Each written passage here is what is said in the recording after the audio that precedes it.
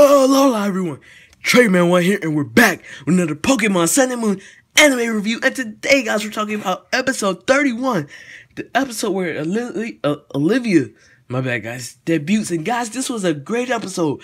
I really enjoyed this episode. I mean, Olivia is a great character so far. I enjoy her character in the games, and so far I'm enjoying it in the anime.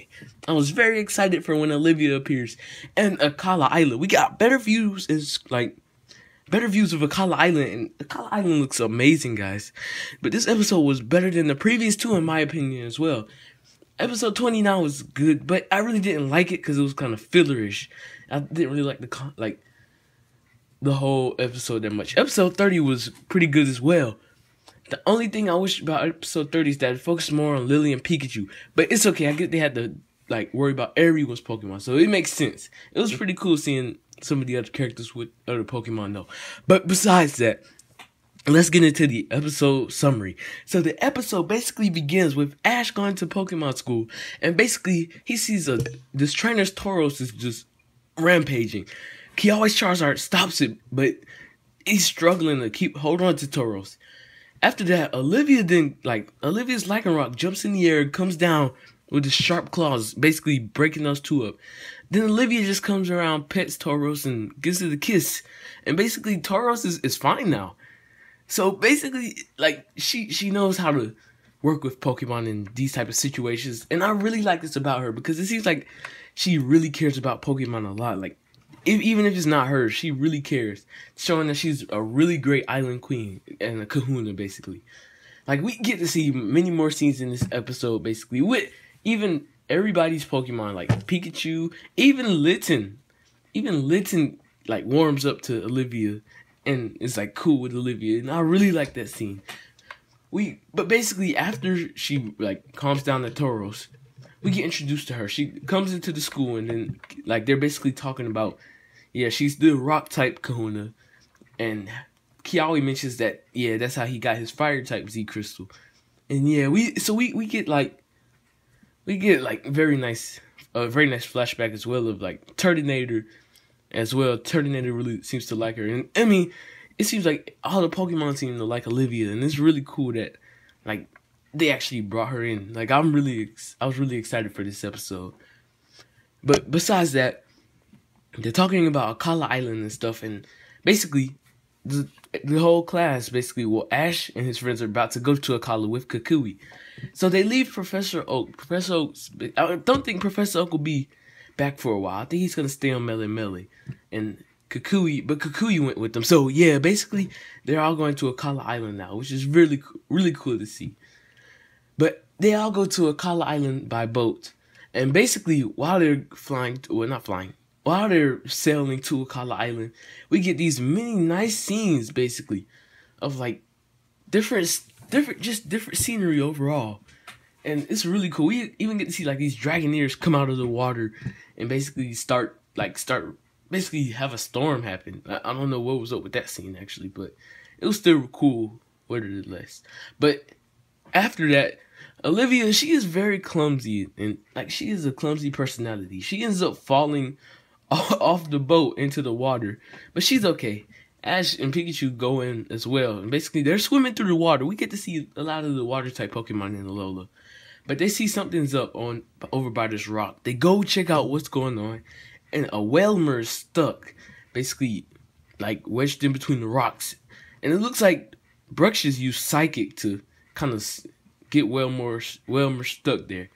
At first, I thought it was going to evolve, and I was like, oh man, this is going to be crazy if it actually evolves, but it actually didn't evolve.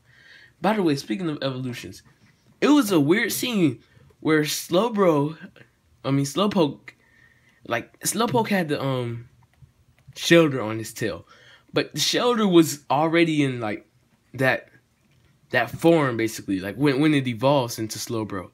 So that was kind of odd. Could this be an Alola Shelter? I really don't know, guys. If that's the case, that would be really cool. It might be a hint to Ultra Sun and Ultra Moon if we do get an Alolan form for that Pokemon. But anyways, after that, it's kind of a reference. It kind of reminded me of the Sharpedo biting Slowbro's tail.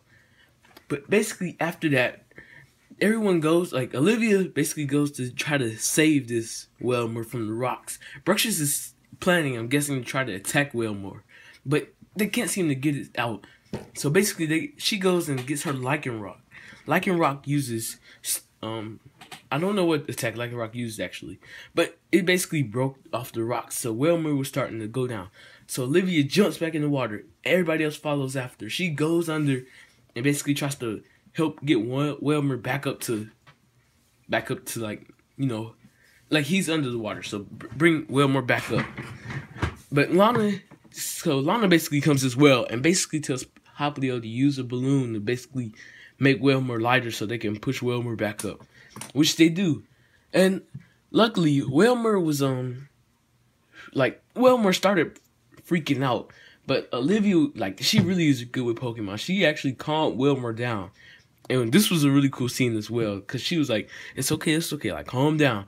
And Whalemore actually was calm. Like, she's good with Pokemon. We can all see that. But basically, they Lichen Rock midday scares off the Bruxians, and they basically give the Whalemore, I guess, a potion. I'm really not sure what they gave Whalemore, but it basically healed Whalemore back. After that, they end up getting back on the boat and heading off to Akala, where we meet Nurse Joy. And I'm thinking that Nurse Joy is going to offer rooms for everybody. I thought that they were possibly going to go and meet up with, like, Kukui's wife, because I know she was staying on Akala. But yeah, this is going to be interesting now that they're going to be staying in Akala.